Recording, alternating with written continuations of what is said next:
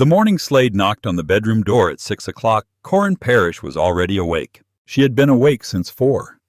Sitting on the edge of the bed in the dark with her back straight and her hands flat on her knees and her eyes on the wall in front of her. Not thinking, just waiting. Because there is a kind of knowing that lives below the mind and the body in the places the body stores everything it cannot afford to say out loud. And Corin's body had been storing this knowing for 3 weeks. She heard him in the kitchen first, then the hallway, then the silence right outside the door that was worse than the footsteps. The knock came. 2 hard raps. Nothing after. She stood up. She opened the door before he could knock again. Slade was in his work boots already. Canvas jacket. The stillness of a man who had decided something the night before and had slept well once the decision was made. He was holding 2 black trash bags. The kind with the yellow drawstring ties. The kind you bought in bulk at the dollar store because you expected to use a lot of them. He dropped both bags on the floor between them without crossing the threshold. "Out by noon," he said. "Both of you. I don't want a scene in front of your mother." Then he turned and walked back down the hall.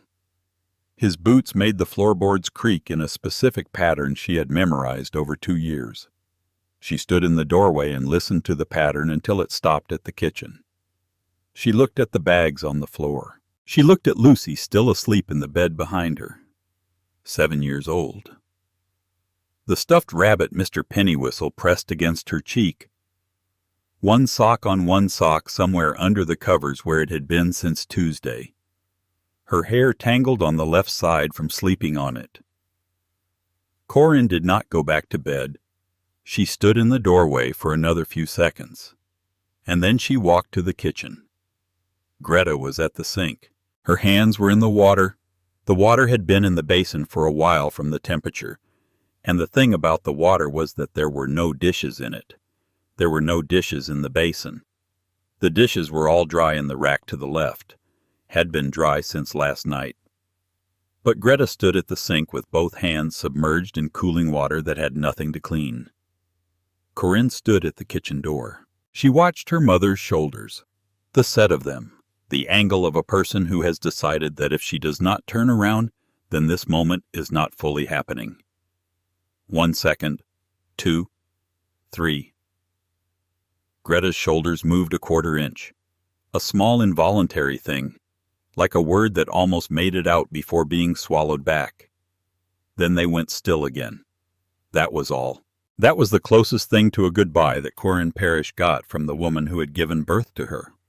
A 1/4 inch of shoulder movement in a kitchen that smelled like old coffee, and the staleness of a house where the windows had not been opened all autumn. She went back to the bedroom. She packed in silence. The 2 trash bags were not full when she was done. That was the thing that stayed with her later. She was 32 years old, and everything she and her daughter owned did not fill 2 black trash bags with the yellow drawstring ties. A handful of jeans, Lucy's school sweater with the cuffs already coming loose from where Lucy chewed them when she was thinking. Mr. Pennywhistle. 2 pairs of Lucy's shoes, Corin's work shoes and the other pair that were not work shoes. Some books. A box of crayons Lucy kept adding to and losing individual colors from so that half the colors were missing their paper wrappers. And at the bottom of her own bag, wrapped in a shirt the way you wrapped something when you were not sure it would survive the journey of photograph. Her father, Tom Parrish, 24 years old in the picture, standing on the front porch of a house she had never been to holding a baby, in a white blanket smiling the way a man smiles when he believes he has all the time in the world. The baby was her. She knew that from Greta, who had told her in one of the 2 or 3 moments of genuine information sharing that had occurred over Corin's entire childhood. That's you and your father. He died when you were 2. There's no family on his side. She did not look carefully at what was behind her father in the photograph. Not then. She was too busy surviving to look carefully at anything. She zipped the bag. Mommy. Lucy was sitting up in bed with the quilt bunched around her waist. Hair sideways. 1 sock. Mr. Pennywhistle clutched against her collarbone with both arms. Why are there bags on the floor and... Corinne sat on the edge of the bed. She put her hand on Lucy's hair and brushed it back from her forehead with the flat of her palm. She had done this gesture 10,000 times. She would do it 10,000 more. It was the thing her hands knew to do before the rest of her had caught up. "We're going on a trip," she said. "Just you and me and Mr. Pennywhistle. A trip where—" She made her voice soft. She had learned to make her voice soft when the truth was not available, because a child could hear the breaking inside an adult's voice the way you heard a crack in ice before you felt it give. "Up north," she said. "We'll stop for pancakes on the way." Lucy considered this the way she considered everything. Eyes going still, mouth pulled to one side, the serious weight of a 7-year-old doing real calculations. "Is Grandma mad at us?" "No, baby. Grandma's not mad at us." "Is Slade mad at us?" Corinne did not answer that one. She picked Lucy up the way she had picked her up since the day she was born, one arm under the small knees and one behind the small shoulders. And she carried her daughter past Slade in the hallway and past Greta at the kitchen sink. And Greta did not turn around. The Honda was a 2003 with a dent in the rear quarter panel and a check engine light that had been on so long it had become part of the dashboard the same way furniture becomes part of a room. She buckled Lucy into the back seat. She put Mr. Pennywhistle in Lucy's lap. She shut the door the way you shut a door on something sleeping. Then she put both bags in the trunk and got behind the wheel.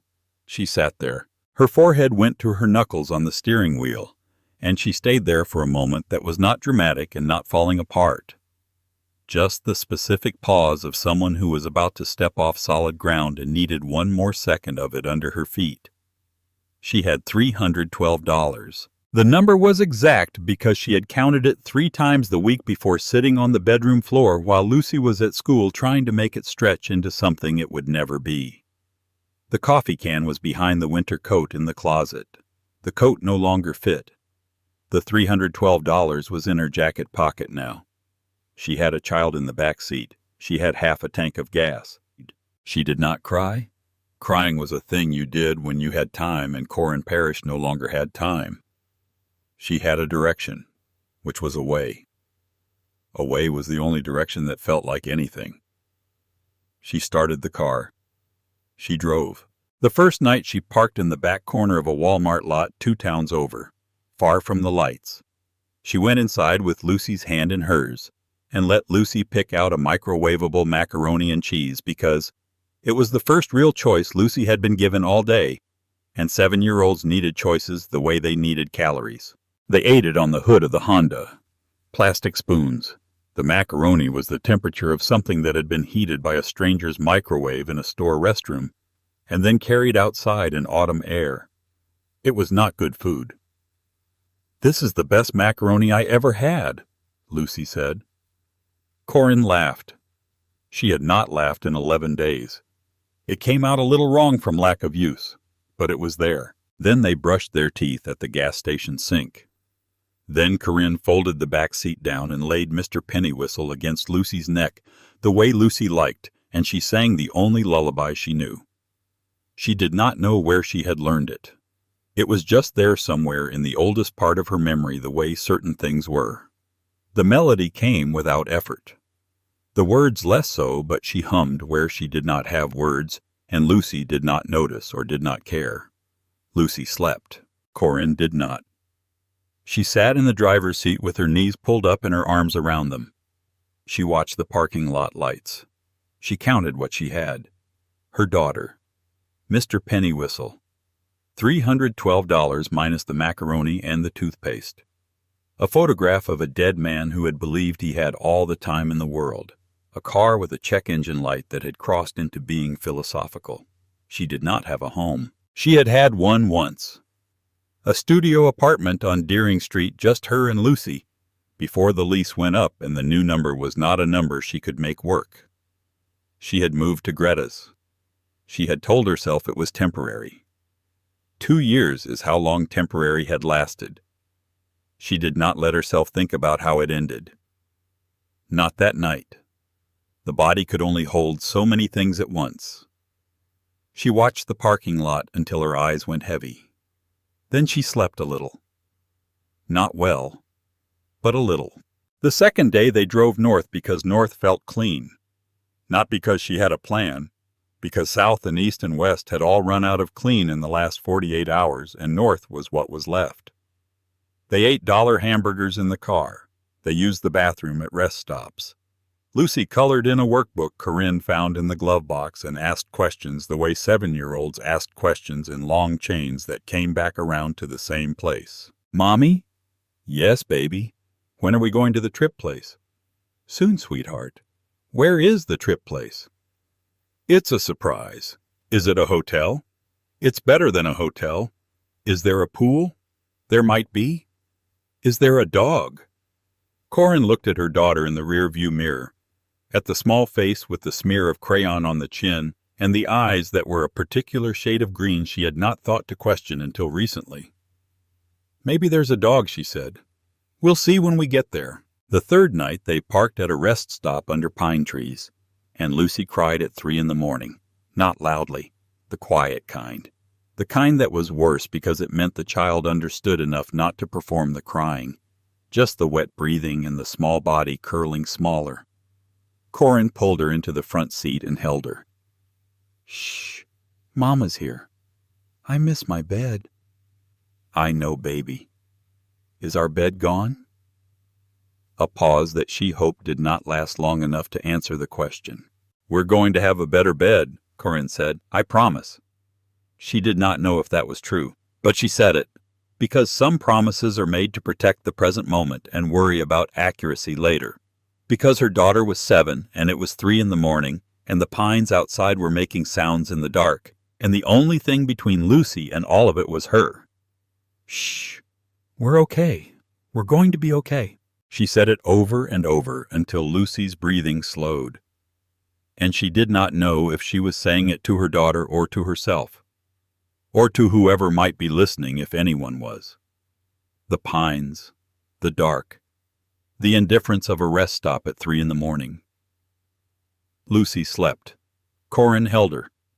Morning came the way mornings did, without asking. The fourth day the phone rang. She almost did not answer. She had learned that phones ringing did not mean good things. Phones ringing meant bills she could not pay, or the night manager at the Shoreline Grocery calling about a shift she had not been able to get back to, or her mother not calling, which was its own kind of sound she had learned to live with. But she answered, because she had nothing left to lose by answering, because some small stubborn part of her still believed the world owed her one call that did not end in a closed door. Is this Corinne Parrish? A man's voice. Careful. The voice of someone choosing his words the way you chose footholds on uncertain ground. This is her, Ms. Parrish. My name is Holden Kraft. I'm an attorney calling from Millhaven, Vermont on behalf of the estate of Alden Parrish. I've been trying to reach you for the better part of 7 months. The number I had on file was disconnected. She pulled the Honda off the road. She put it in park. Her hand was very steady on the gear shift. She noticed that. She noticed it the way you notice something strange when everything else was moving. I'm sorry, she said. Who? Alden Parrish, your grandfather. He passed away in March of this year. He named you the sole beneficiary of his estate. I've been trying to locate you since the spring. The pine trees outside the windshield leaned in toward the car. Or they didn't move at all, and she was the one leaning. She could not tell which. In the back seat, Lucy was humming something to Mr. Pennywhistle. The radio was off. There was a fly moving against the inside of the windshield with the patient stupidity of flies, and Corinne watched it for 1 full second before she opened her mouth. My grandfather is dead, she said. My grandfather died before I was born.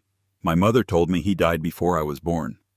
There was a pause on the other end of the line, long and careful, the kind a lawyer took when he was about to step onto ground he had thought about before reaching. Ms. Parrish Alden Parrish was 78 years old when he passed. He had been living in Millhaven, Vermont for over 30 years.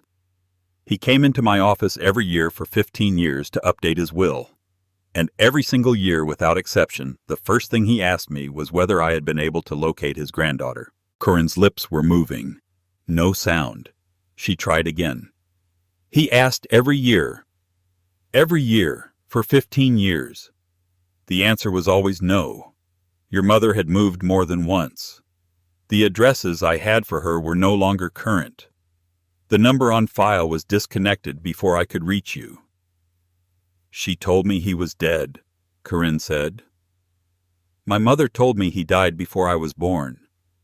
She said there was no family on my father's side. She said, "She told you wrong, Ms. Parrish." A pause from him that held something like gentleness in it. I'm very sorry to be the one to tell you this.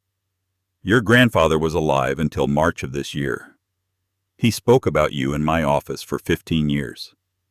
The last time he came in to sign the final version of his will, I asked him if there was anything else he wanted to add. He thought about it for a long moment, and then he said one thing. He said, "If you ever find her, tell her the mill is ready." Corinne put her hand over her mouth. Not to cry. She was behind the crying. The crying was on the other side of a door inside her, and the door was locked. And she did not have the key on her right now. She could not afford the key right now because her daughter was in the back seat. "What mill?" she said. "The property he left you. He owned a mill on the Parrish River outside Mill Haven, a historic structure from 1889. He purchased the property and the land it sits on over 30 years ago for almost nothing because the county was trying to divest it. He spent a very long time restoring it. The last 15 years in particular, he worked on it almost every day. He left it to me. He left it to you. The property, the structures, the land. Approximately 4 acres fully paid, no outstanding liens.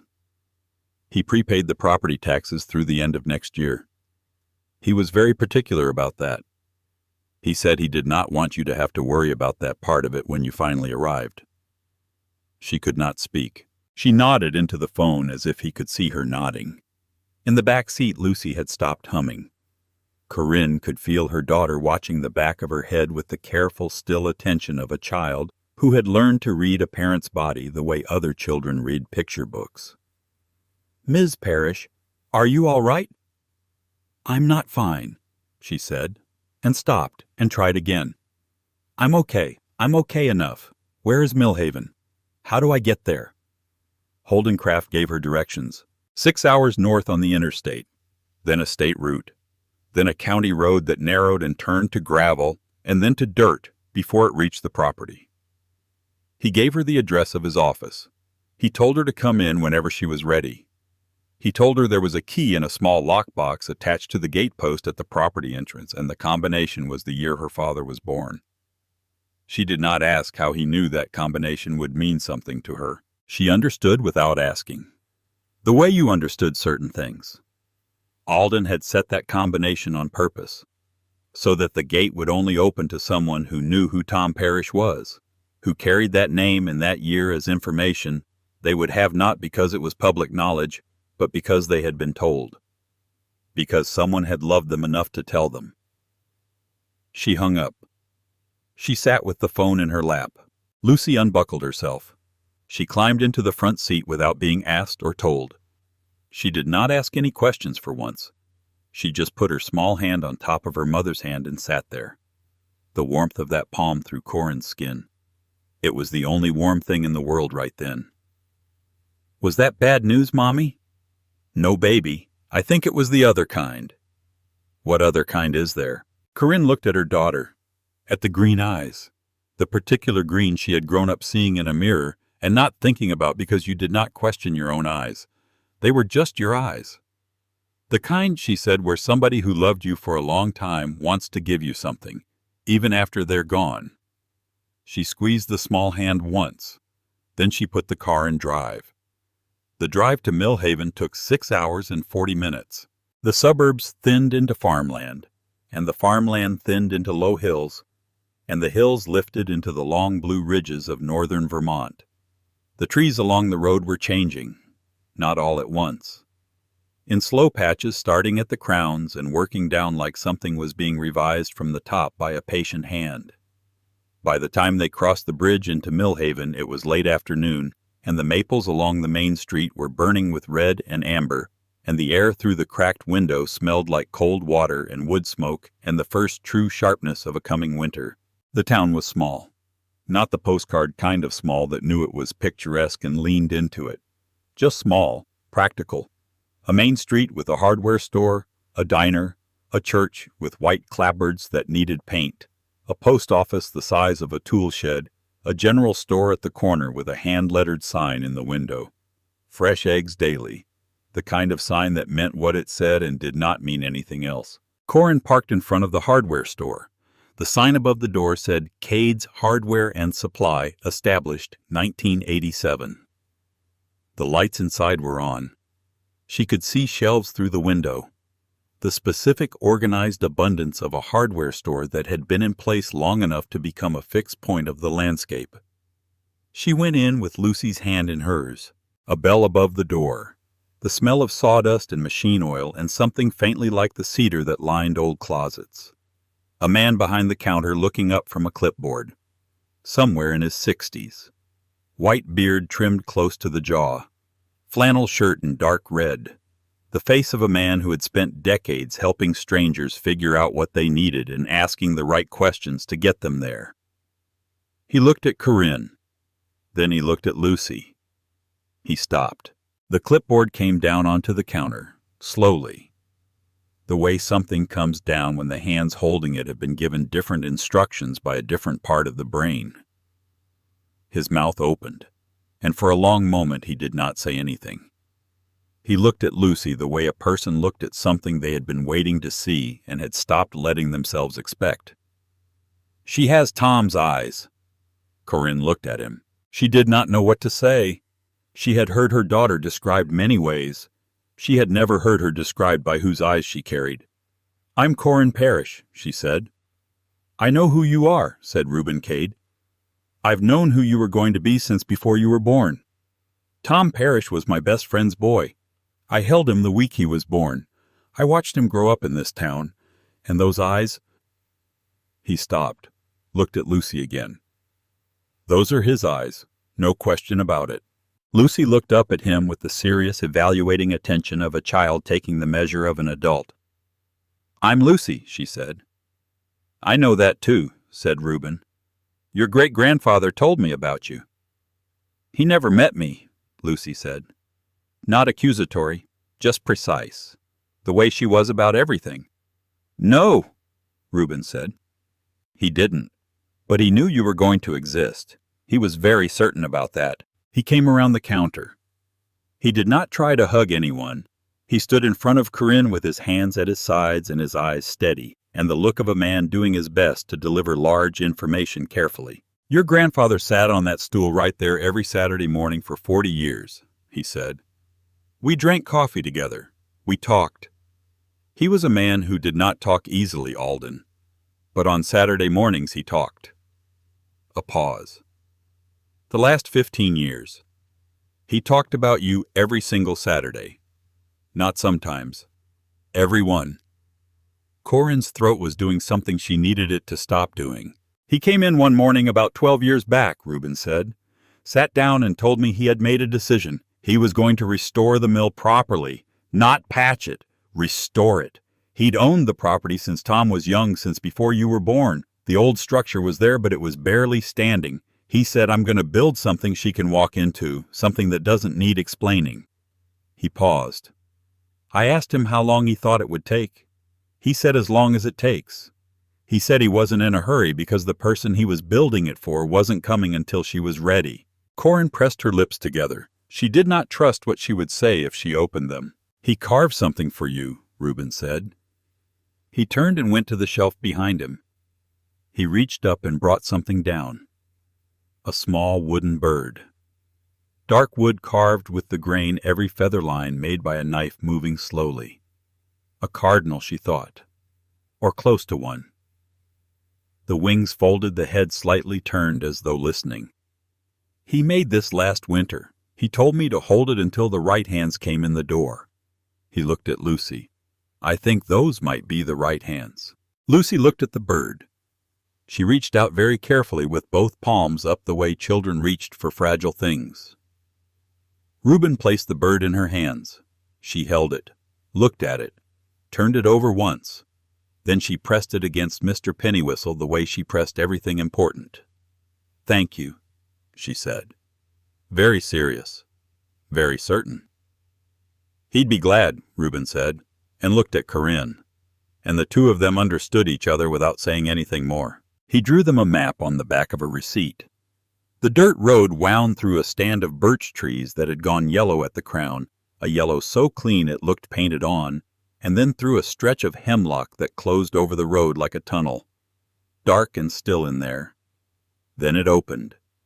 The clearing was larger than she expected, and at the far end of the clearing was the mill. Corinne had thought she was going to a cabin. She had formed a picture in her mind somewhere in the 6 hours of driving. A cabin, small, 1 story, maybe a porch. Something that needed some work but stood. The kind of thing a man built in his later years with his hands modest and honest. The picture dissolved. What sat at the end of that clearing on the bank of the Parish River was 3 stories of pale granite and weathered cedar, dark with age and wet with the spray from the water wheel. The wheel itself was still turning, 12 feet across or more. Old hardwood paddles worn smooth at the edges, and the river driving it at a steady, quiet rhythm that she felt through the ground before she heard it clearly through the window. A covered bridge crossed the river just upstream of the wheel, hand-built. The roof of it was shingled. The sides were wood carved along the top rail in a pattern of leaves and climbing vines, every leaf different from the last, every vine turning in a different direction. The kind of carving that could not have been done quickly. That was a record in wood of years of mornings. The main structure rose behind it. 3 floors. The bottom 2 were granite laid with the care of someone who understood that what he was building had to outlast him, had to outlast his reasons for building it. The 3rd floor was cedar dark and close-grained, with windows set into it that caught the late afternoon light and gave it back amber. There was a porch on the south face. Long. The railing carved the same as the bridge rail leaves and vines, no two the same. A single rocking chair sat at the far end of it. Corinne stopped the car. She sat with the engine running and looked at what her grandfather had built. 15 years. Not a cabin, not a weekend project. 15 years of Saturdays and mornings and whatever time a man carved out of his life to build a thing for someone he had never met and was not certain would ever come.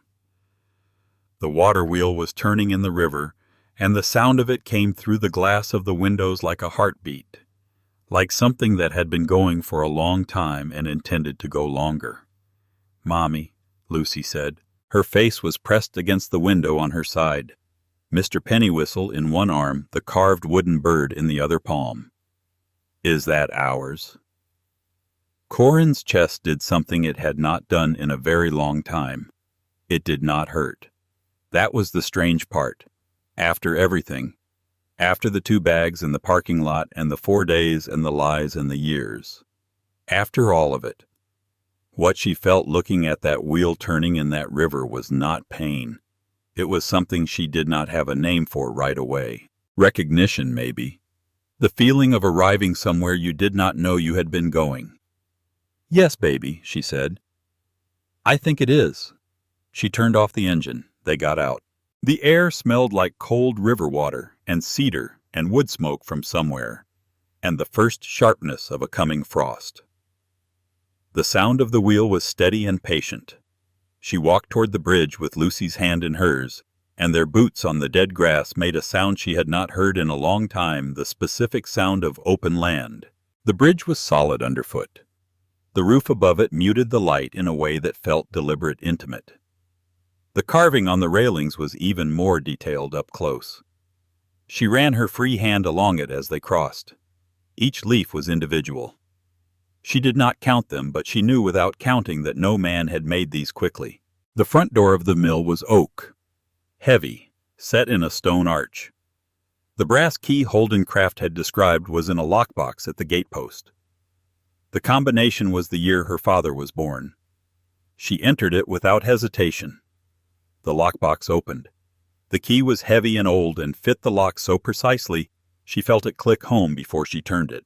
The door opened without a sound. Out of case, she found out later that Reuben Cade had oiled the hinges in September, that he had come up every month since Alden passed to keep the place from going wrong, that the wood stove had been set, the firewood had been stacked, the larder had been checked and restocked, that Millhaven had been quietly without announcement keeping this place ready. Inside, the smell of cedar and old wood polish and something faintly sweet. The smell of a place that had been finished and cared for but not recently lived in. The quiet of a house that had been waiting. A small entryway, then the main room. The walls were cedar warm and honey-colored in the low light. The floors were wide plank old fitted without gaps. A stone fireplace on the north wall, the mantel carved with the same leaf and vine pattern as the bridge and the porch rail. Every shelf level, every drawer fitted. Nothing crooked, nothing rough, nothing left unfinished. The windows on the west wall looked out at the river and the wheel still turning in the late afternoon light. A kitchen through the archway. A window over the sink that looked out at the cedar tree that grew close to the building on the south side. Every surface clean, every joint tight. On the kitchen table a single piece of paper, folded once, yellowed slightly at the edges in the way of paper that has been sitting in a still place for a while. Corinne picked it up. Her hands were not quite steady. She unfolded it. The handwriting was careful, old-fashioned, the kind of handwriting taught in a particular era and not taught much anymore, where every letter was formed completely before the next one started. It said, "Coffee is in the second drawer from the left. Quilts are in the cedar chest at the foot of the bed, the one on the left. There is firewood on the back porch under the canvas. The well runs a little brown for the first 10 seconds. After that, it is the cleanest water in the county has been for 30 years, and I expect it to stay that way. Make yourself at home, sweetheart. This place has always been yours. I am sorry I cannot make you a cup of coffee myself. Grandpa Alden." Corinne sat down on the floor. She did not mean to. Her knees decided before she did. She sat down on the wide plank floor of the mill her grandfather had built with his hands over 15 years, and she pressed the paper against her chest with both hands, and she made one small sound. A single sound. Not crying. Not yet. More like the sound a person makes when they have been holding their breath for a very long time, years maybe, and have finally for the first time in all those years let it out. Lucy stood beside her. She did not ask anything. She had the wooden bird in one hand and Mr. Pennywhistle in the other, and she stood next to her mother on the floor of a mill. They did not know existed 6 hours ago, and she laid her small hand on top of her mother's head, the way her mother had laid hands on her so many nights. And she stood there, while the last of the afternoon light came through the west windows and turned the whole room the color of something that had been kept warm. Outside, the water wheel turned in the parish river. It had been turning, Corinne would learn later, since Alden first got it running 11 years ago. Through every winter, through every year, without an answer to the question Holden Craft asked for him every time he updated his will. Through every Saturday, Reuben Cade poured him a cup of coffee in that hardware store and listened to him talk about a granddaughter he had never met. It had kept turning because Alden had built it to turn, because he had built everything here to last past himself. To be ready for the moment, a woman he had never seen drove down a dirt road in Vermont with a child in the back seat and a wooden bird in the child's hands, and parked in front of something she had not known to expect, and found that it was hers, and found that it had always been. The next morning Corinne woke before the light had finished deciding what it was going to be. She lay still for a moment in the unfamiliar dark. The smell was cedar and old wood, and something faintly sweet that she was beginning to understand was simply the smell of the mill itself, of stone and timber that had been standing in this particular river valley for over 100 years. A smell that did not belong to anyone's cleaning product or anyone's air freshener, just the accumulated smell of material that had endured. Lucy was asleep beside her on the bed. The cedar chest had contained 4 quilts. They had slept under 3 of them because the night had been genuinely cold in the way of Vermont nights in October, a cold that came in at the window seams and under the door and settled into the room with the patient intention of something that had been doing this every year for a long time and knew exactly where to go. Corinne had been warm. She had not expected to be warm. She lay in the dark and listened to the river. The wheel was turning. She could hear it through the wall of the mill, the slow rhythmic percussion of old hardwood paddles in moving water. It was not a loud sound. It was the kind of sound that once you were aware of it, you could not imagine not hearing. Like a heartbeat. Like breathing. Like a thing so consistent it had stopped being a sound and started being a condition. She got up without waking Lucy. She found her way to the kitchen by the light coming through the west windows, the first gray-blue light of a morning that had not committed yet. She opened the second drawer from the left. The coffee was there. A dark roast in a sealed tin labeled in the same handwriting as the note on the table. She found the coffee maker on the counter and she made coffee, and she stood at the kitchen window with a mug that had a chip in the rim and looked out at the cedar tree growing close to the south wall. The tree was old. The bark was furrowed and gray. The branches came in close to the building in a way that suggested years of not being trimmed back, years of the building and the tree growing together into each other's space without either one giving ground. She did not know who had decided not to cut it back. She suspected it was the same person who had decided everything else here. She was on her second cup when the door opened. Not a knock. The door simply opened. The latch lifted and the hinges moved, and a woman came in with a basket in one arm and a thermos in the other hand. Short white hair, a green wool coat buttoned to the throat. The kind of face that came from a lifetime of winters and decisions, the lines in it not from worry but from use. She did not look surprised to find Corinne standing there. She looked like she had expected exactly this, which was Corinne standing at the kitchen counter with a chipped mug and the expression of someone who had slept in an unfamiliar place for the first time and was still taking the measure of it. "I'm Nesta Lorne," the woman said. She set the basket on the table. She did not extend a hand because both her hands were full, and she seemed to consider this a reasonable explanation for the absence of a handshake. "I live a quarter-mile down the road. I taught your father to read in second grade and to write in third. He was left-handed and the only one in his class, and the school did not keep left-handed scissors. So I bought him a pair out of my own pocket and said nothing about it to anyone because it was not a complicated decision." She set the thermos beside the basket. "I have brought you eggs and bread and coffee that is better than what you just made in there, because I could smell yours from the road and you are using too few grounds. May I sit down?" "Please," Corinne said. Nesta Lorne sat at the kitchen table as though she had been sitting at it for decades, which Corinne would later learn was not far from the truth.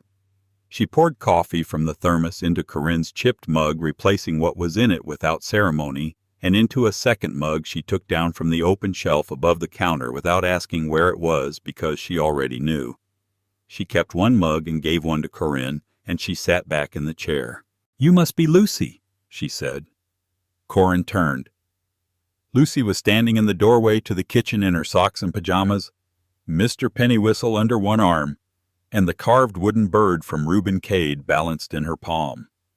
She had been there long enough that her hair had settled from sleep, and her eyes had gone to the alertness of a child conducting a silent assessment. "Yes," Lucy said. "I taught school for 38 years, Nesta said.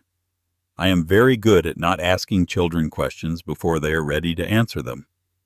So I am not going to ask you anything today. But I will tell you that your great-grandfather and I used to drink coffee together every Sunday morning for 16 years, and he talked about you at nearly every one of them. And I have 16 years of Sunday mornings inside me that belong to you whenever you want them." Lucy considered this. She tilted her head to one side. "What did he say about me?" "He said you would be curious," Nesta said. He was right. Lucy walked to the table and climbed into the chair across from Nesta and sat there with Mr. Pennywhistle in her lap and the bird in her palm and her socked feet swinging 6 inches above the floor. "He didn't know me," Lucy said. Not an accusation, a statement of a fact she was still turning over. "No," said Nesta. "He knew what he hoped. Sometimes that is enough to be right about." Nesta stayed for an hour. She showed Corin where the propane shutoff was and how the water pump primed, and where Alden had stored the extra lamp oil in the pantry, and why the pantry door needed to be lifted slightly when you closed it, or it would not latch. Practical information delivered with the matter-of-fact efficiency of someone who had been keeping this knowledge in trust, and was now transferring it to the appropriate person. Before she left, she paused at the door. Alden kept a notebook, she said. He wrote things in it over many years, things he wanted to say to you. I've been keeping it at my house since he passed. She looked at Corin steadily. I don't think you're ready for it yet. I'll bring it when I think you are. You can tell me if I've misjudged. She left. Corin stood at the window and watched her go down the path toward the road. I like her, Lucy said from the table. So do I, said Corin. The morning unfolded the way mornings did in a place you did not yet know. Slowly and with many small discoveries. The window over the kitchen sink caught the morning light at an angle that turned the whole counter gold for about 20 minutes around 9 o'clock. The cedar tree on the south side made a sound in the wind that was not quite like any other tree sound she had heard. The floorboards in the hallway had a specific squeak in the third board from the bedroom door that announced every approach from that direction. She found tools in the pantry organized on a wall-mounted rack. She found supplies under the sink and a full cord of split wood on the back porch under a canvas tarp stacked with the precision of someone who had stacked wood 10,000 times and knew exactly how to make it shed water and stay dry. She found in the second-floor room that had been set up as a small study a set of shelves holding the technical manuals for every major system in the building: the water pump, the heating, the water wheel mechanism, the bridge drainage. Each manual in a labeled binder, each binder organized with tabs. He had built her an instruction set, not just the building, the documentation of the building, so that whoever came here would not have to guess, would not have to fail at something because no one had written it down. She was sitting on the floor of the study going through the binders when Lucy called from downstairs. Mommy? Not urgently. The calm of Lucy calling when she had found something rather than when she needed something. What is it, baby? Come look. She went down. Lucy was in the main room near the stone fireplace at the north end. She was standing with one small boot against the baseboard below the window looking at the wall. My foot did something, Lucy said. Corinne looked at the baseboard. It had moved. A section of it, maybe 2 feet wide, had shifted half an inch to the right along the wall. Clean and smooth. Not broken, not damaged. Slid. The way a drawer slid when it was fitted precisely and running on a hidden track. She looked at her daughter. Show me. Lucy pointed her boot at the right end of the section and nudged it. The baseboard slid another inch. Silently. Corinne knelt down. She put 2 fingers against the wood and pushed gently the way she might push something she was not certain of, and the section slid the rest of the way along its track, and behind it was a compartment, cedar-lined, 8 inches deep, maybe 24 inches wide, cut into the wall with the care you would give a thing you intended to last, with the same tongue and groove joinery as everything else in this building. Not an afterthought, not a repair. Something built in from the beginning. Inside the compartment, 3 white envelopes, each one labeled in the same steady, careful handwriting. Corinne, age 5. Corinne, age 6. Corinne, age 7. She did not reach for them right away. She sat on her heels on the floor and looked at them. 3 envelopes, her name on each one. 3 birthdays she had spent not knowing this place or this man existed. Lucy crouched down beside her. She looked at the envelopes. She looked at her mother's face with the careful attention she gave things that required it. Mommy, she said, he left you mail. Corinne's hand was already reaching for the first envelope. The paper was cool and dry. The seal was still tight the way seals stayed tight in a cedar-lined space in a dry building. She slid her thumb under the flap and it opened with the soft sound of something that had been closed a long time and was not resisting opening. Inside a birthday card. Simple. A drawing of a cake on the front, the kind of drawing that was not trying to be sophisticated. Just a cake with candles and color. On the inside of the card, one line in the same patient hand. "I hope this one reaches you, sweetheart." That was all. No explanation of what ones had not reached her. No description of where it had been sent or why it had not arrived. Just the hope stated plainly in the handwriting of a man who had put this card in an envelope and sealed it, and put it in a wall he was building for a granddaughter he could not find, because he could not trust the mail to find her either, so he had chosen the wall. The wall was more reliable than the postal service. The wall was more reliable than her mother's address. Corin pressed the card against her mouth. The door inside her, the one that had been locked since the parking lot, since the sink, and Greta's shoulders since the morning of the 2 trash bags with the yellow drawstring ties since years before that. A door that had been built up over a long time from materials she had gathered as a matter of survival. That door broke open. It did not break loudly. She made a single sound muffled against the card, and then she pressed her face into her hands and the card against her face, and she sat on the cedar floor of the mill her grandfather had built, and she let it break. Lucy put her hand on her mother's back. She did not say anything. She did not ask what was wrong, because she was old enough to understand that what was wrong was too large and too old for a question to address. She just kept her hand there, small and steady, the way her mother's hands were steady for her. After a while, Corin opened the second card. Age 6, a yellow balloon on the front. On the inside, 6 years old today. I drove past a school bus on Route 12 this morning and looked at every face in every window. None of them were yours. But I looked. I love you, sweetheart. Grandpa Alden. She looked at every face in every window. Corinne sat with that for a moment. The image of it. A man on a road in Vermont slowing his truck when a school bus went past. Looking at the faces. Looking for a child he had never seen. Going home and writing a card, and sealing it, and putting it in a wall. Third card. Age 7. A small drawing of a rabbit on the front. Lucy leaned in when she saw it. "Like Mr. Pennywhistle," she said. "Like Mr. Pennywhistle," Corinne agreed. The note was longer than the others. 7. I asked the lawyer to try again. He found a forwarding address, but it was old. I'm going to keep writing these. This house has a lot of walls. I love you. Grandpa Alden. She read that last line twice. This house has a lot of walls.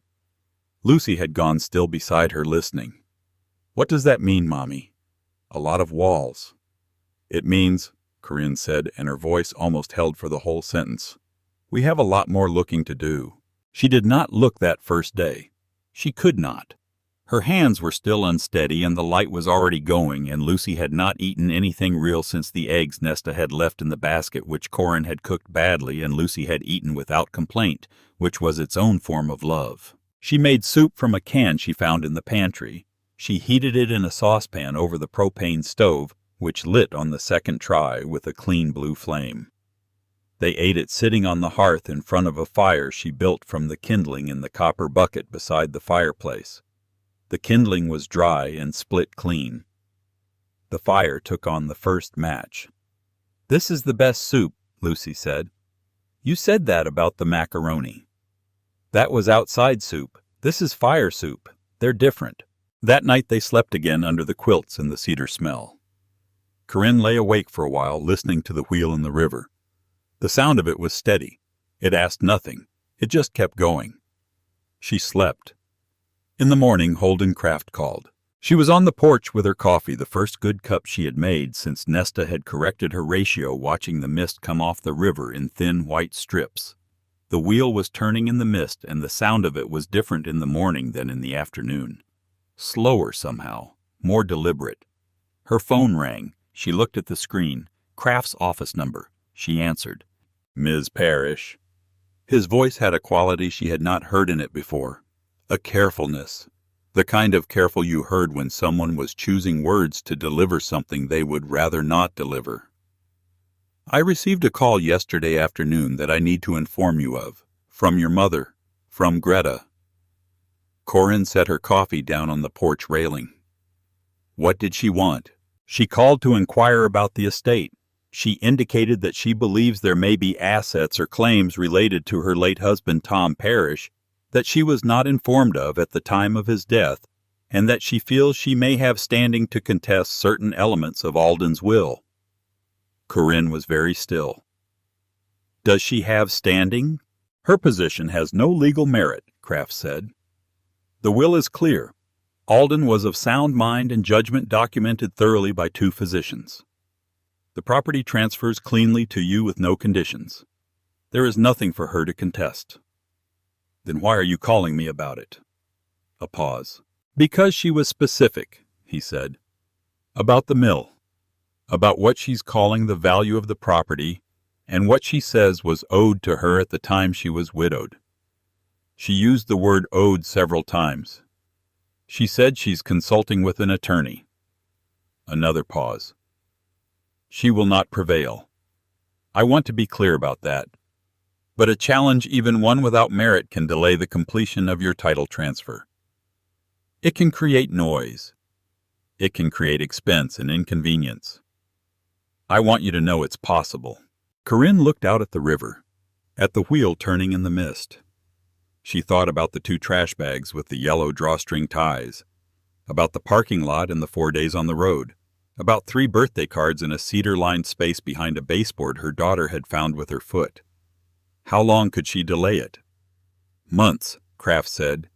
If she pursues it, probably not more than that. The will is solid, but months. Is there anything I need to do?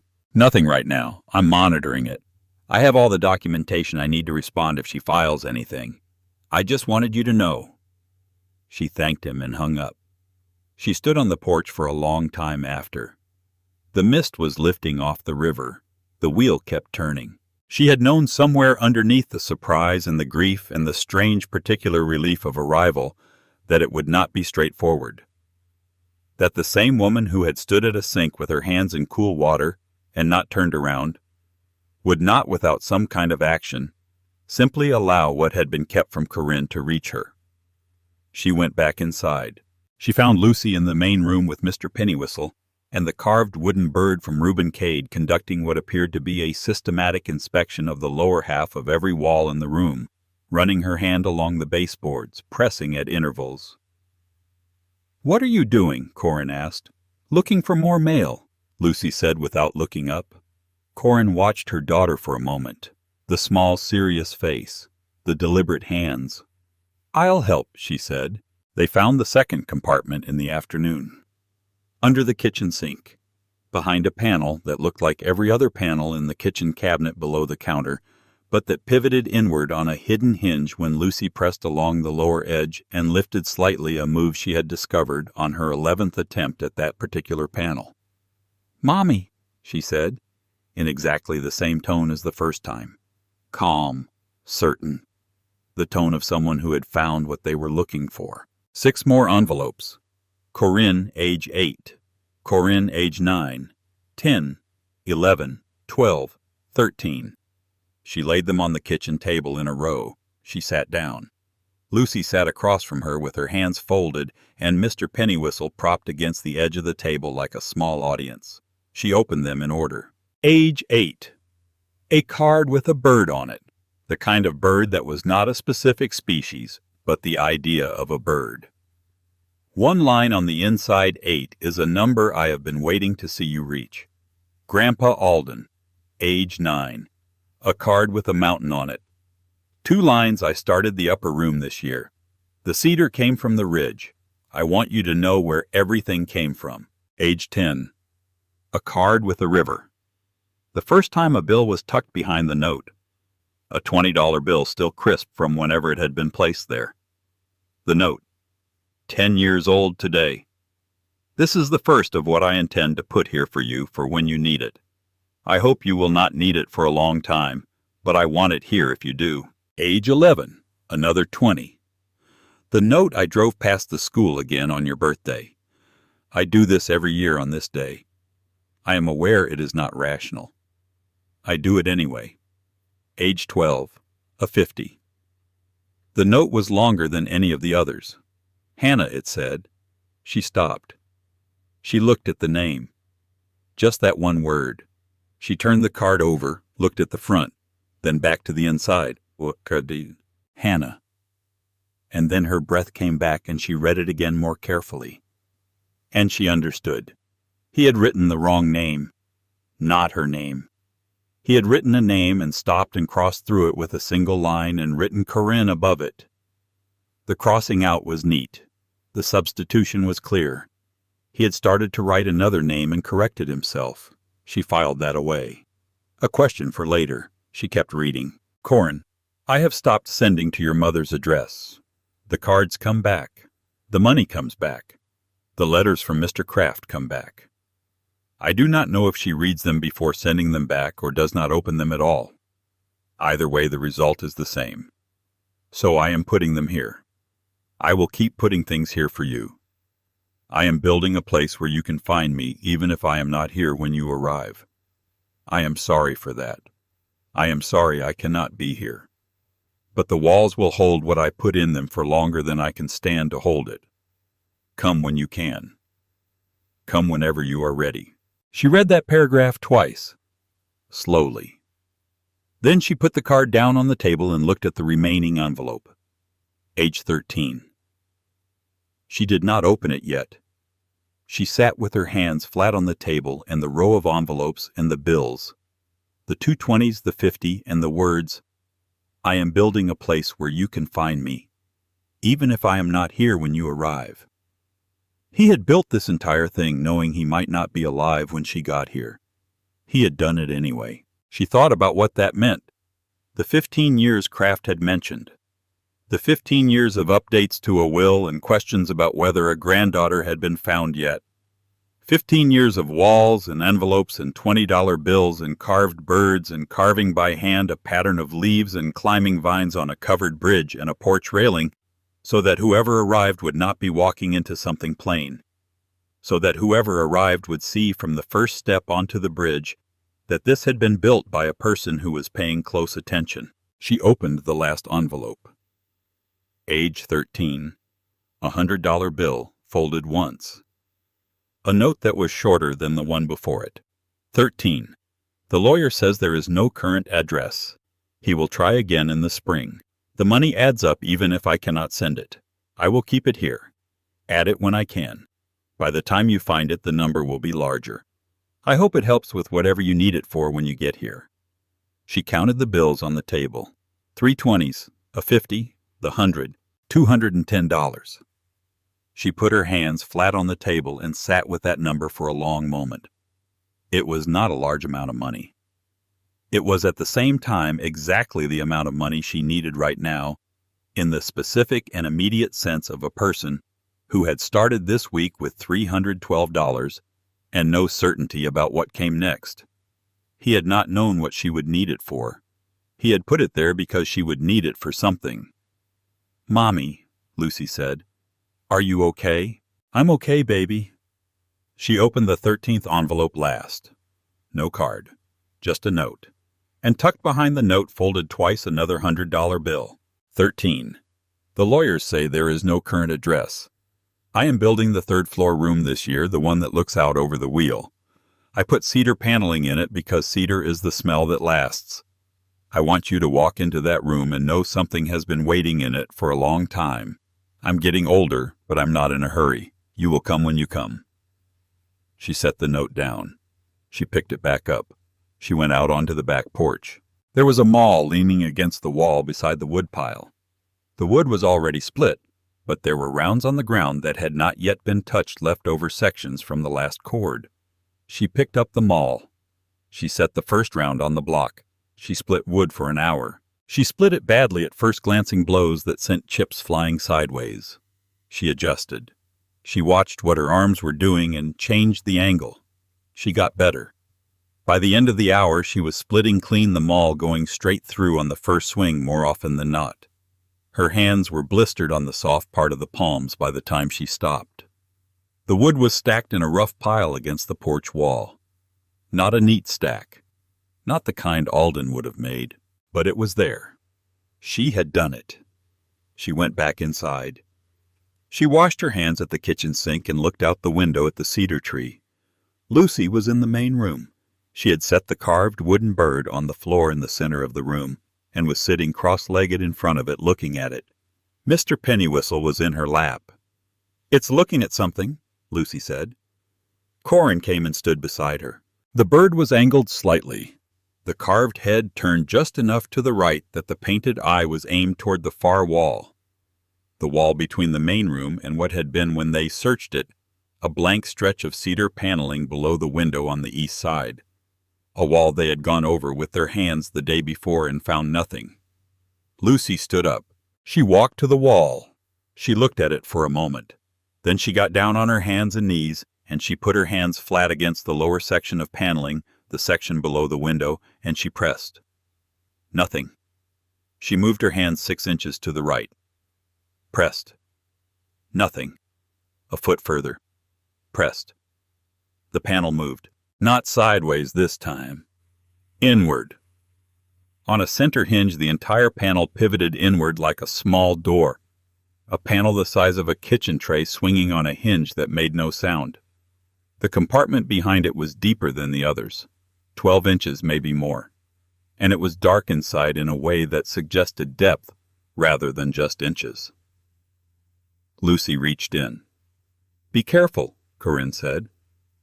"I'm careful," Lucy said. She brought out a box. Dark polished wood, small, the size of a paperback novel but thicker. There was a brass fitting on the side with a small key already in it. The key no longer than Lucy's thumb, the bow of it shaped in a simple oval. Lucy set it on the floor between them. She looked at the key. She looked at her mother. "Can I?" she said. "Go ahead," Corin said. Lucy took the key between her thumb and forefinger. She wound it. 3 full turns, the mechanism clicking softly with each revolution, the sound of a spring being coiled. She looked at her mother once more. Then she opened the lid. A melody began. Slow, simple, the notes coming up one at a time from the small metal comb inside the box, striking the turning drum in sequence, each note clean and round in the quiet of the mill. Corinne did not move. The melody unfolded, and she stood there on the cedar floor of the main room with her blistered hands at her sides, and her daughter kneeling on the floor with the music box open between them, and the notes kept coming. She knew this melody. She knew it the way she knew certain things without knowing how she knew them, without source, without memory of learning. It was just there in the oldest part of her, in the place the body stored things it could not afford to forget. The melody she had hummed to Lucy in parking lots and rest stops, and at 3 in the morning in a front seat while her daughter cried for her bed. The melody she sang without knowing the words, without knowing where it came from, without ever questioning it, because it was simply there the way some things simply were. She had not known what it was. She had not known it had a before. She sat down on the floor. Lucy watched her with the still attention she gave things that required it. Inside the lid of the box, burned into the wood in small letters, the kind you had to lean close to read, "For the small hands that will find me." She read it once. Then again. He had not built this for her. He had built this for Lucy. He had known in the way you knew things when you had been thinking about a person for 15 years, that whoever finally found this place might not come alone. That a woman in her 30s who had never known her family was not only a daughter and a granddaughter. She might also be a mother. And whatever she brought with her, she would bring. So he had made something for the hands she might bring. He had carved a music box and hidden it in a wall and written those words inside the lid for a great-grandchild he did not know existed. For small hands he could not picture because he did not know whose they were. And those hands had found it. And the music was the music he had sung to Tom. That was what Kraft would tell her later, and Nesta and Reuben Cade at the hardware store. The melody Alden Parrish had sung to Tom Parrish when Tom was a child in this same valley. The melody Tom had carried out of Vermont when he left, and that had somehow traveled by whatever path through whatever years, to a woman who hummed it to her daughter without knowing where it came from. She sat on the cedar floor and let the box play through to its last note.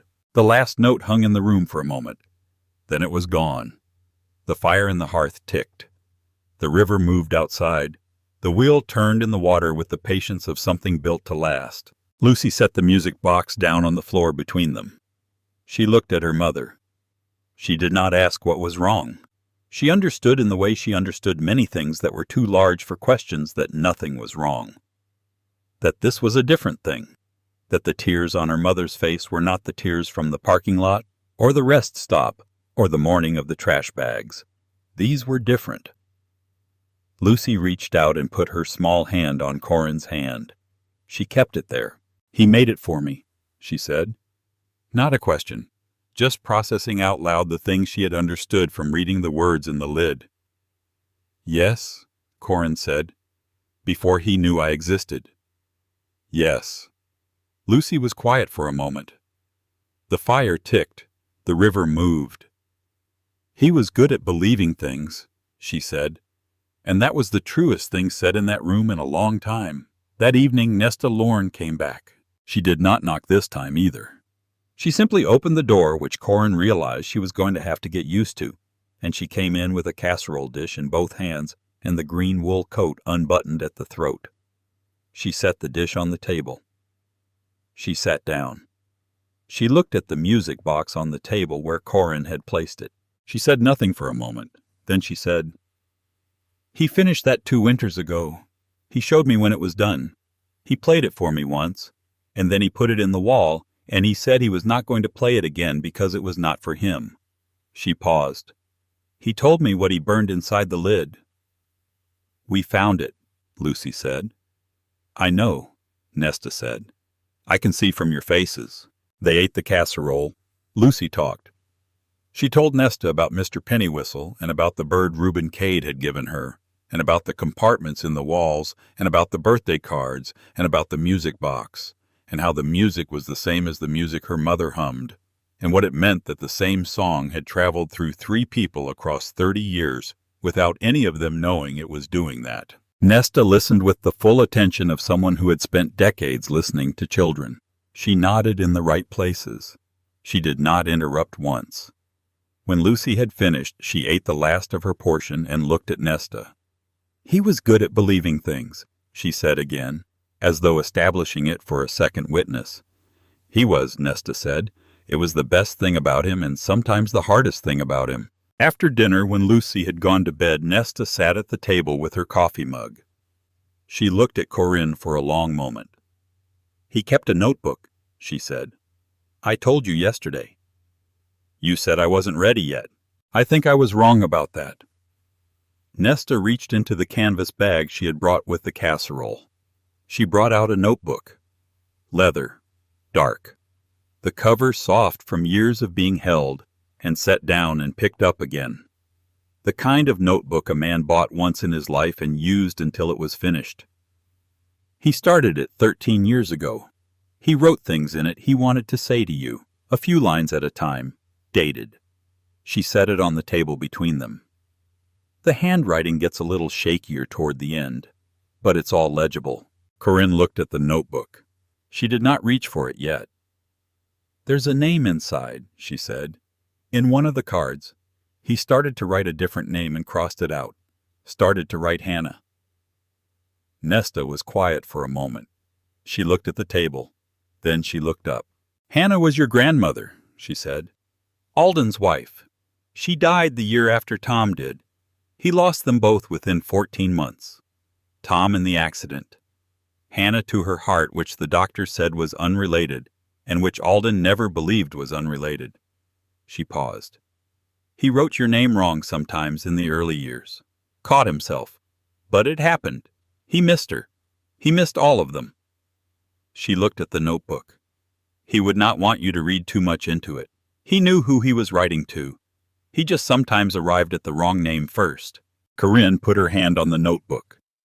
The leather was warm. The way things were warm from being near a fire or from being held for a long time by hands that were alive. "Thank you," she said. Nesta stood and put on her coat and buttoned it to the throat. "He was a good man," she said at the door. "He made mistakes when he was young. He did not make them twice. The man I knew for 16 years was the man he decided to become after the worst things happened to him. That man deserved to find you. I am very glad you found each other, even if it was the long way." She was gone. The door closed behind her. Corinne sat alone at the kitchen table with the notebook in front of her. The fire in the hearth burned low. The wheel turned outside in the river. The mill held the dark of the evening around her without apology and without drama. She opened the notebook. The first page had a date. 13 years ago. November. The first line said in the careful hand she was learning to read, "Today I started writing down the things I would say to her if I could." She turned the page. She began to read.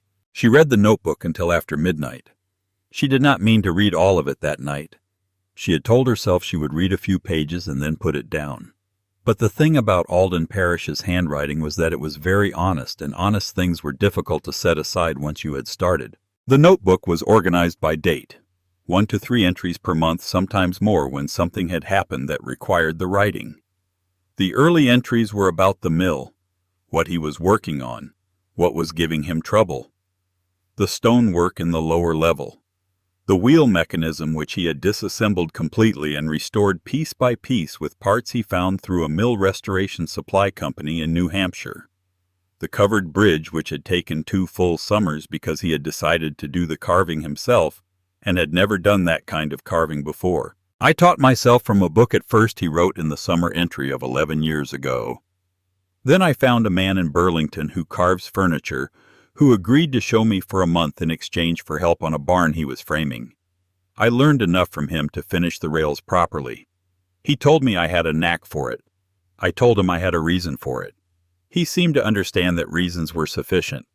Interspersed with the practical entries were the others. I drove past the school bus again this morning. I asked Mr. Kraft to try the address. He found a number. It was disconnected. I finished the 3rd floor room today. I sat in it for an hour after I put the last piece of cedar paneling in. The light comes in from the west window at about 4 in the afternoon and stays for an hour. I wanted her to have a room with an hour of good light. I think about what she might be like. Whether she is stubborn, the way Tom was stubborn from the inside out. The kind of stubborn you did not see until it was already happening. Whether she reads. Tom read constantly anything within reach. I have put books on the shelves in case she is the same way. I do not know if she has a child. I made something small in case she does. Not everything a person builds is for the person they are building it for. That last line stopped her. She read it again. Not everything a person builds is for the person they are building it for. He had written that sentence and then moved on to the next entry without elaborating, without explaining it, the way certain things were written when you were clear enough about them that you did not feel the need to expand. He had made the music box. He had put it in the wall. He had written inside the lid for the small hands that would find it. And then he had written this sentence and moved on to talking about the wheel bearings which needed replacing before the spring thaw. She read to the end. The last dated entry was 4 days before he died. March of this year. The handwriting was noticeably different from the early pages. The letters were the same letters, formed the same way, but the force behind them had changed. The pen had not pressed as hard into the paper. The mill is finished. Every joint doubled. Every system documented. The binders are on the 2nd floor shelf in the order a person would need them. I asked Mr. Kraft to do one more search in the spring. I will not be alive in the spring, but I asked him anyway because asking was still something I could do, and I did not want to stop doing the things I could do while I was still capable of them. I do not know if she will come. I believe she will come. Those 2 sentences are not in conflict. Both can be true at once. I am ready. She closed the notebook. She sat at the table for a long while after. The fire had burned to coals. Outside the river moved and the wheel turned in the dark, steady and patient, as it had been turning for years. I believe she will come. She put the notebook on the mantel above the fireplace next to the music box. She stood there for a moment looking at both of them. Then she banked the coals and went to bed. The next morning, she drove into Millhaven and went to Cade's Hardware and asked Reuben Cade if he knew whether any work was available in town. He hired her on the spot, 4 days a week. Starting the following Monday, he showed her the counter and the key-cutting machine and the paint mixing station and the particular system of organization that had been in place in this store for 35 years, and that did not need to be changed, only learned. He showed her the files and the accounts and the regular customers and what each of them usually needed. He showed her all of this with the efficiency of a man transferring something he had been waiting to transfer. "Alden worked here for about 6 years before he started on the mill full-time," he said at the end of the tour. "Counter work mostly, some deliveries. He was good at talking to people about what they actually needed, which is different from what they come in asking for." "I can learn that," Corinne said. "I know," said Reuben Cade. "You already do it. I watched you figure out what Lucy needed on the car ride over here from how she was sitting in the back seat." He paused. "That's the same skill." Lucy started school on Thursday. Millhaven Elementary, in the same building where Nesta Lorne had taught for 38 years in a second-grade classroom with a window that looked out at a maple tree that had gone completely bare by mid-October. Her teacher was a young woman who had grown up in Millhaven and come back to it the way some people did, as though the place had a line attached and could reel you in when it needed you. Lucy came home the first day with a painting of the water wheel and the information that there was a boy named Henry in her class who had a hamster, and that she intended to ask the hamster's name before the week was out. She learned it the next day. The hamster was called Biscuit.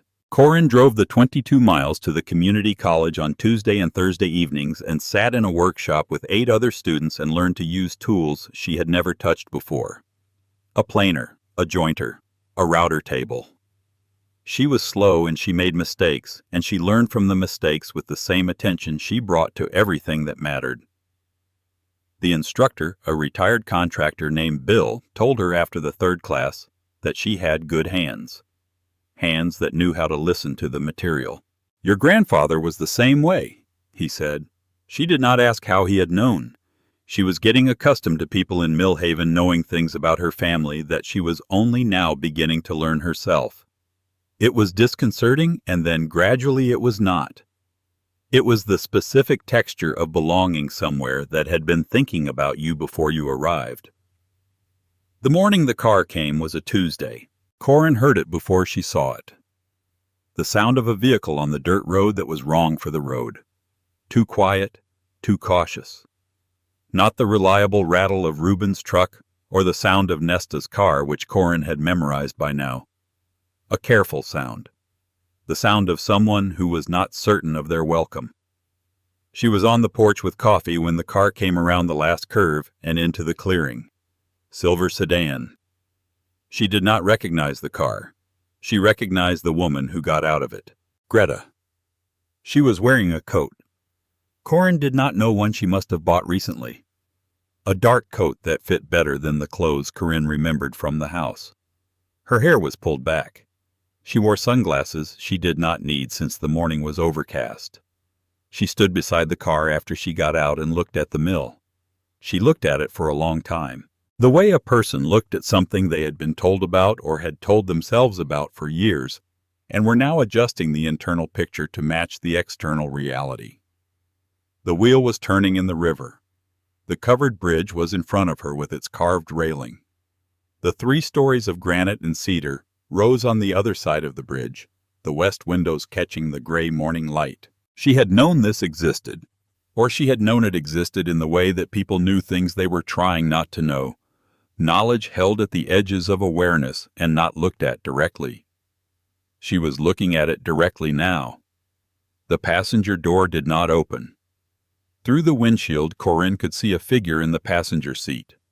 Arms crossed, face pointed at the phone in his hand. Slade. Greta took 2 steps toward the bridge. Then she stopped. She looked up at Corinne on the porch. Corinne did not go down the steps. She looked at her mother across the clearing for a moment. Then she looked at Slade in the passenger seat. "Tell him to go to the diner in town," she said. "There's only one. He'll find it. He can wait there." Greta opened her mouth. "You can come in," Corinne said. "He doesn't come on this bridge." A pause. A calculation happening behind Greta's eyes that Corinne recognized. The arithmetic she had watched her mother run her whole childhood. What a man would accept and what he would not. What the cost of the wrong answer was. The speed and fluency of a woman who had been running this particular calculation for so long, it had become automatic. Greta turned and walked back to the car. She spoke through the passenger window. Corinne could not hear what was said. She watched Slade's face change, watched the phone come down, watched his mouth move in the short, hard shapes of a man who is not used to being told no, watched Greta's posture. Her back stayed straight. Her chin stayed level. She said one more thing. Slade threw the door open. He got out and walked around the front of the car without looking at Corinne or the mill or anything except the space immediately in front of him. He got in the driver's side. The door slammed. Corinne heard the latch from across the clearing. The car reversed down the dirt road, turned at the wide spot by the county road, drove away. Greta stood in the clearing with her arms wrapped around herself. Corinne came down the porch steps.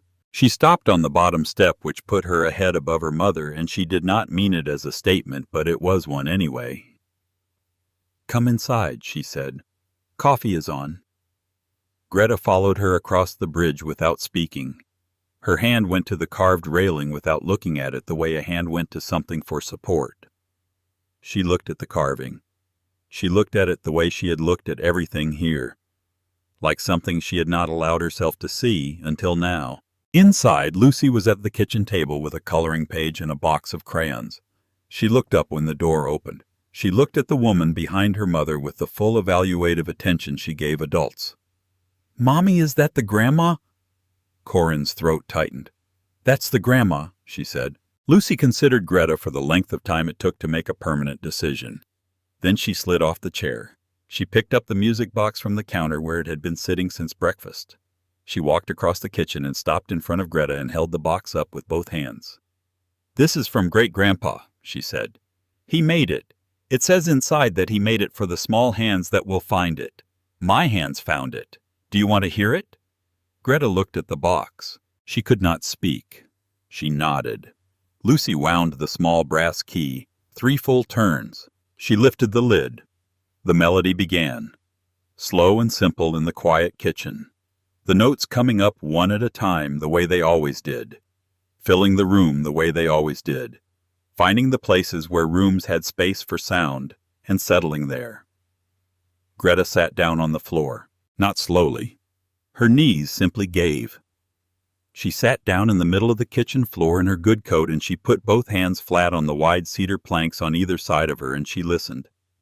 The tears came without sound, the kind that came from a long practice of crying without being heard, the kind a person developed over years of needing to feel something while keeping the evidence of it from the people around them. Lucy watched her. She did not let go of the music box. She stood in front of her grandmother on the floor, and she did not offer comfort, and she did not back away. She just stood there with the box and let the melody do what it was doing. When it finished, she sat down on the floor in front of Greta. She set the music box on the floor between them, so the notes were equidistant from both of them. "You can hear it again," she said, "if you want." "Thank you," Greta said. Her voice was the size of something that had been folded many times. "Great-Grandpa would like that you heard it," Lucy said. "I think." She picked up the music box and wound it again. That night, after Lucy was in bed, Greta sat at the kitchen table. She had taken off the coat she did not need to keep on, but had been keeping on. She held a mug of coffee in both hands, the way a person held something that was keeping them upright. She did not look at Corinne while she talked. She looked at the table. At the way the cedar planks met along the center seam, the joint so tight that the line between them was a line and not a gap. She talked for a long time. Corinne listened. "I kept the money," Greta said. She let that sit for a moment before she went on. "Every check he sent, every birthday, every Christmas, I cashed them. I told myself it was for you. I told myself that for a long time. It wasn't for you." She turned the mug in her hands. "It went to credit cards, Slade's truck payments, A vacation we took the year you turned 10. You remember the blue bathing suit, the one with the white stripe. I remember it. I bought that at a place near the hotel for $34. Your grandfather had sent $100 for your birthday. There was a card. I burned the card in the kitchen sink before you came home from school. I kept the $66. Put it in the gas tank. Corin's hands were still on the table, not from peace, from the deliberate stillness of someone choosing not to let the body run ahead of the mind. How much total? She said. Greta closed her eyes. I stopped counting after a while. 4,000 maybe. Could be more. In the beginning I opened the envelopes. After a while I just put them in a drawer. When the drawer got full I moved them to a shoebox. In the closet of your old bedroom. She paused. The shoebox is still there. I never threw any of them away. I don't know exactly why. I think some part of me knew there would be a day like this. I think I was keeping them for today. The fire in the hearth ticked. The address, Corinne said. You moved it. You moved it so he couldn't find me. Yes. You told me he was dead. Yes. A silence that held several different qualities at once. Weight and space and the quality of something that could not be unsaid and was not trying to be. Why? Corinne said. Greta looked at the seam in the table. Then she looked up. At Corinne. Directly for the first time since she had walked into the kitchen. Because when I looked at you, she said, I saw your father. I have looked at my daughter every day for 30 years, and I have seen my dead husband. The way you tilt your head when you are thinking. The way your hands look at work. The way you go quiet when you are angry instead of loud. All of it. Her voice was steady, but only just. And Alden's letters always had Tom in them. Tom would be proud. Tom would have wanted. Tom, Tom, Tom. Every letter. I could not read his name without losing the air in the room. I could not look at the name Alden Parrish on an envelope without needing to leave whatever room I was in. She stopped, started again. So I sent the letters back. I cashed the checks. I told you he was dead because if he was dead, I did not have to remember Tom. I did not have to be reminded every birthday and every Christmas that there had once been a family and it was gone. She put the mug down on the table. I know what that is, she said. I am not asking you to accept it as a reason. I am telling you because you deserve to know what it actually was. Not what I told myself it was. What it was. She looked at the table again. I was not protecting you from him. I was protecting myself from the memory of your father. That is the whole story. There is nothing under it. I have told you all of it. The mill was quiet around them. Outside the river moved. The wheel turned in the dark water. Corinne sat with what her mother had said. She sat with it without rushing toward what she felt about it, without needing to resolve it before it was ready to be resolved. She thought about $4,000 and 30 years of birthdays, about a man sitting at a kitchen table in a mill on a river in Vermont, writing birthday cards and putting them in envelopes and mailing them to an address that would move, that would change, that would eventually stop receiving them so that he had to put them in walls instead. She thought about the blue bathing suit with the white stripe and how she had liked it. About being told to be careful with it, not to get it dirty, that it had been expensive. She thought about Lucy on the kitchen floor in front of a woman she had never met winding the key of a music box and offering it without condition. She thought about a man who had not been able to send a letter but had built a wall instead, who had run out of ways to reach across the distance her mother had maintained and had simply built something so large and so permanent that the distance could not hold against it forever. I'm not going to tell you I forgive you tonight, Corinne said. Greta nodded, once, the nod of someone who had not expected otherwise. I'm going to think about it. That's what I can offer you right now, that I am going to think about it. She looked at her mother. He deserved better than what you gave him. I deserve better. And I'm going to think about what to do with all of that, and I'll let you know when I know. Greta's chin moved a fraction of an inch. That's more than I came here expecting, she said. It might be all you get, Corinne said. Or it might not be. I don't know yet. They sat together for another half-hour without much more being said. Corinne made more coffee and Greta drank it, and the fire burned lower, and the river kept moving outside. It was not a warm silence. It was not a cold one either. It was the silence of two people who had run out of things they were capable of saying for one night and were willing to sit in the absence of words rather than fill it with ones that were not ready. Greta left in the morning. She did not call Slade to come back for her. Corinne heard her on her phone in the early hours calling a car service from the town.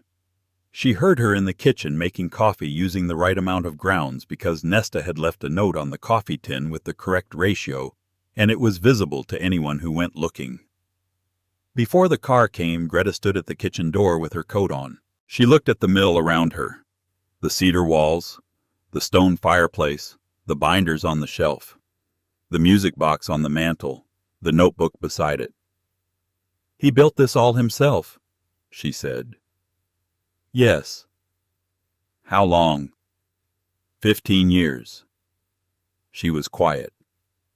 "He was that kind of man," she said. "Tom was that kind of man, too. They both were." She looked at Corinne. "I could not keep you from inheriting that, no matter what else I did." The car came. Before she got in, she sent a text. "The shoebox is at the front desk of the diner on Main Street. The man behind the counter is holding it. His name is Earl. He knew your grandfather. He says hello." Then she was gone. Corinne drove into Millhaven that afternoon and went to the diner. It had a name on the sign outside, but everyone called it the diner, the way every town had a place like that, a place so established in the identity of the town that its name had become optional. Earl was behind the counter, somewhere in his 70s, a face that had been smiling for a long time and showed it. He looked at Corinne when she came through the door, and he looked at her for a long moment without speaking. Then he reached under the counter and brought out a cardboard shoebox with a lid held on by a rubber band. He put it on the counter in front of her. He held her gaze. "He used to come in every Wednesday morning," Earl said. "Sat at the counter, had the same thing every week. 2 eggs over easy whole wheat toast, black coffee. He'd be in here by 7 and out by 8. A pause. "He talked about you at every one of those Wednesdays for 13 years. I just want you to know that. He talked about you like you were a fact, like you were something that was going to happen whether or not he was around to see it." Corinne took the shoebox. "Thank you," she said, "for keeping it." "He asked me to," Earl said. That was easy. She took the box back to the mill. She sat at the kitchen table. Lucy was at Nesta's house helping with the chickens. There were 19 of them. Lucy had learned all 19 names inside the first week and could identify each bird by appearance, a skill that had impressed Nesta and delighted the birds who had no awareness of being named, but seemed to appreciate the attention regardless. Corinne took the rubber band off the shoebox. She lifted the lid. 31 envelopes. Some sealed, never opened. Some that had been opened and the card taken out and read and put back, the flap tucked in rather than resealed. Some with the original postmarks still legible, addressed to 3 different addresses over the years. The same return address on all of them, Millhaven, Vermont. She arranged them in order. She could tell the order from the postmarks and from the age of the paper, the earlier ones more yellowed at the edges. She opened them in sequence. The cards were the same kind as the ones from the walls. Simple. A drawing on the front, a few lines on the inside. The money tucked behind the note. She counted as she went. By the time she reached the 20th envelope, the total was substantial. By the 30th, it was more than she had made in 3 months at the grocery store. She counted it all at the end. She sat with the number for a while. She thought about the coffee can behind the winter coat. The coat that no longer fit. The $312 she had counted 3 times on the bedroom floor. She thought about a man who had mailed this money every year for 15 years to an address that moved, that stopped receiving it, that sent it back. Who had mailed it anyway? Who had kept mailing it and then had put it in walls when the mailing stopped working? Who had found a way to put love in walls when he could not get it through the mail? The last envelope was not from the box.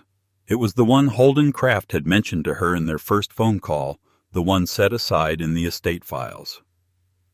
He had brought it to her in their meeting at his office the week after she arrived along with the property documentation.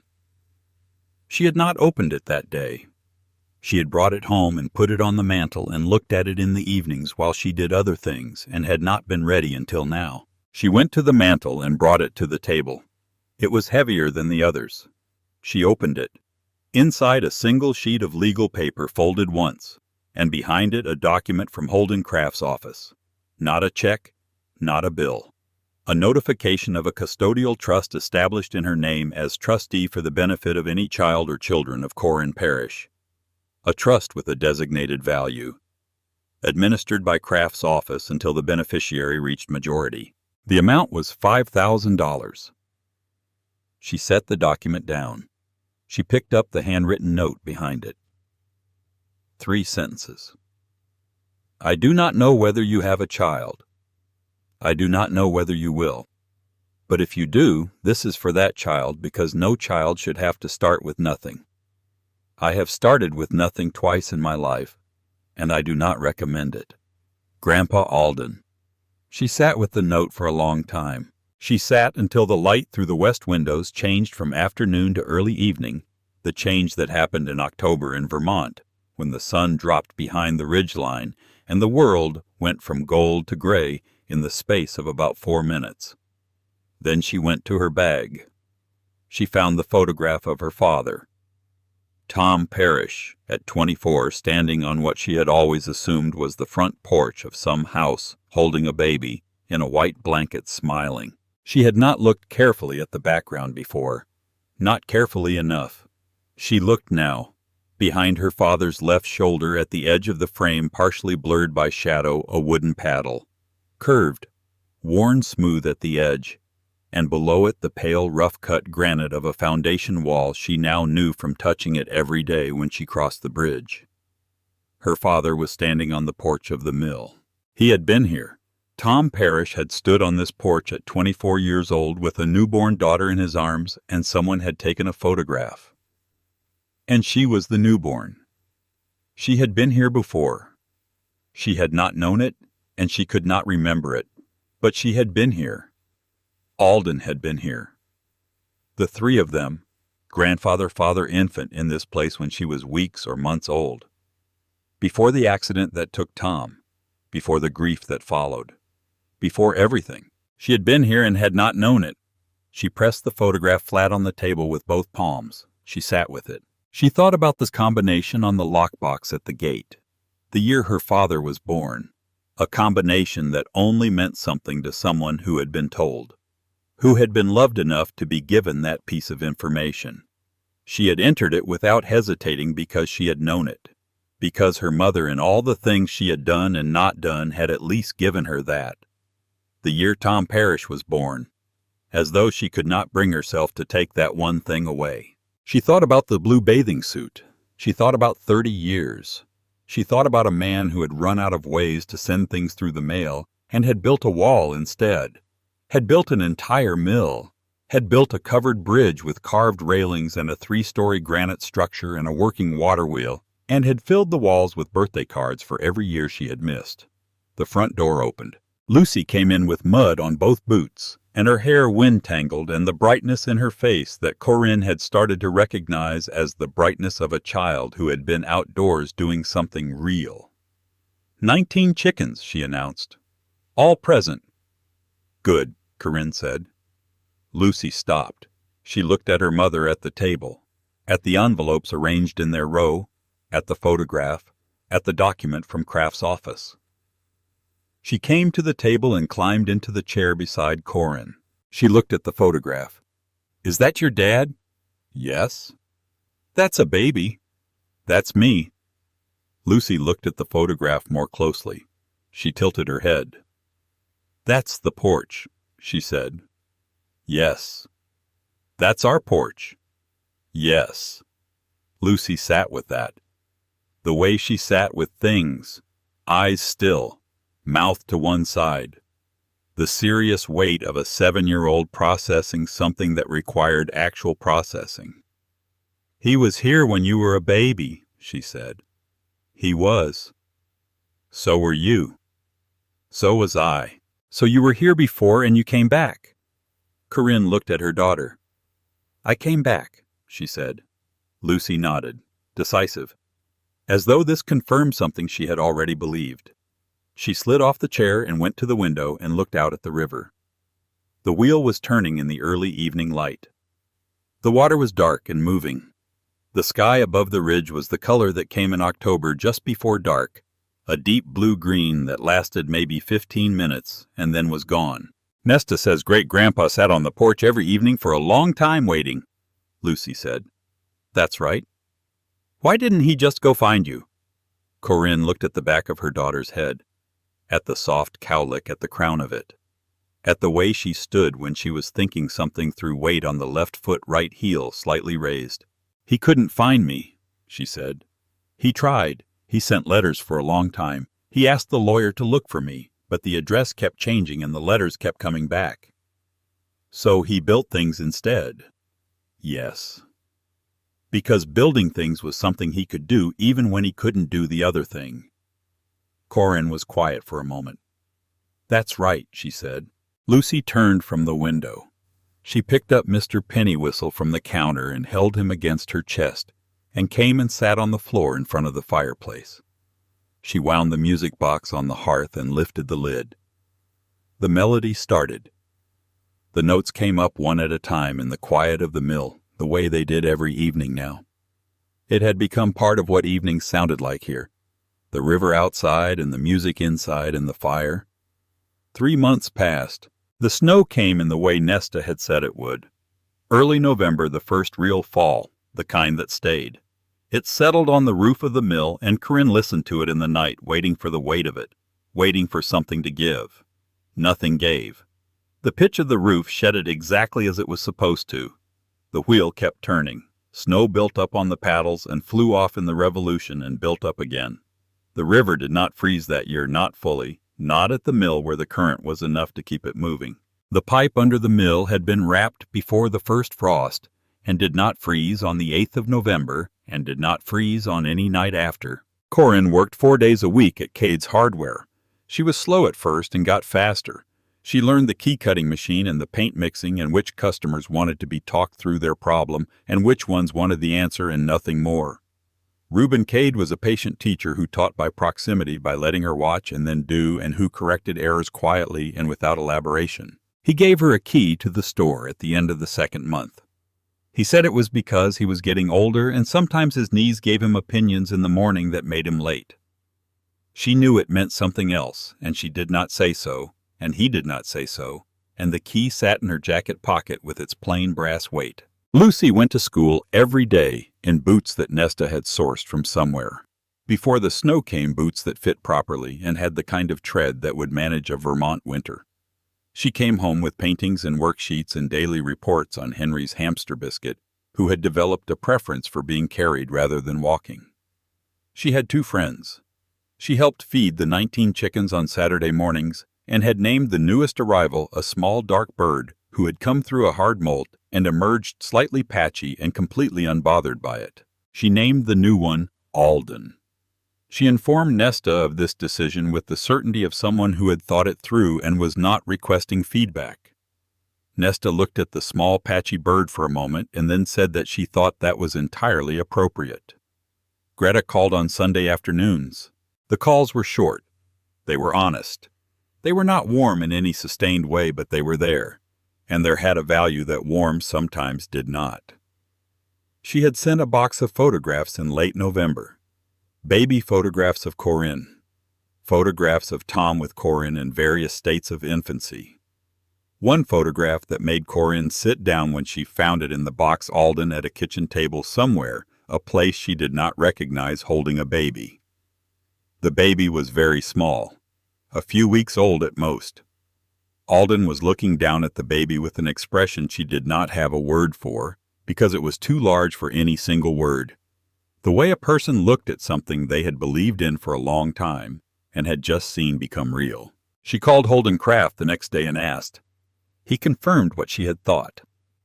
The photograph was taken at a house in Burlington where Tom had been living when Corinne was born. Alden had driven down the week she arrived. He had held her for about an hour. That was all. That was the only time. She framed the photograph. She put it on the mantel between the music box and the leather notebook. She stood in front of it for a while, and then she went to make dinner. The Sunday in late January had more than a foot of snow on the ground, and the wood stove was going strong, and the mill was warm in the specific way of stone buildings with good fireplaces, a warmth that went into the walls and came back out slowly, a warmth that had memory. Corinne was sitting on the floor in front of the fire. Lucy was in her lap. They had been working on a small project together for the past week. A stool. Corinne had cut the pieces in the workshop at school and brought them home, and she and Lucy were assembling it together, Lucy's job being to sand the legs. She sanded with great determination and middling technique, leaving the grain in some places and cutting against it in others, producing a surface that was neither smooth nor rough, but something specific to itself. The stool was going to be uneven. Lucy was going to love it. She had set the sandpaper down and picked up the music box from the hearth and wound the key and opened the lid. The melody came up into the room as it did every evening, steady and patient and unchanged. Mommy. Yes, baby. When I grow up and I have a little girl. She stopped, started again with the precision of a child, making sure the question was correctly formed before releasing it. Can I give her the music box? The fire ticked. The snow came down slow and steady outside. It settled on the carved railing of the covered bridge and on the roof of the mill and on the wide stone sill of the west window. Yes, baby, you can.